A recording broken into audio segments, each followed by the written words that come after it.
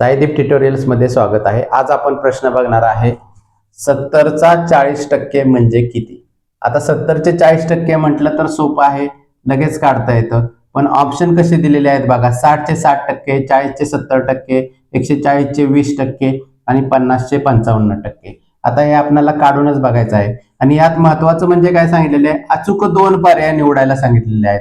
म्हणजे 4 पैकी 2 पर्याय बरोबर आहेत।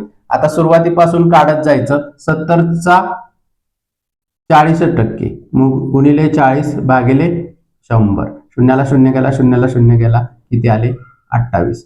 म्हणजे 28 यायला पाहिजे ह्या ऑप्शन मध्ये। त्याचे टक्के काढल्यानंतर तेव्हा ते उत्तर आपले 2 बरोबर येतील।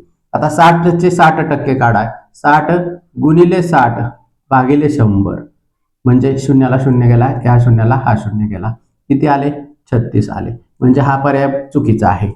आता दुसऱ्यात जायचं, 40 चे 70%, 40 गुणिले 70 भागिले 100। आता या शून्याला हा शून्य गेला, ह्या शून्याला हा शून्य गेला, किती आले 7 चोक 28। म्हणजे एक ऑप्शन आपल्याला मिळालेला आहे। कोणता मिळाला? 40 चे 70%। पुढे जायचं, तिसरा ऑप्शन आहे। तिसरा आहे 140 चे 20% काढायचे।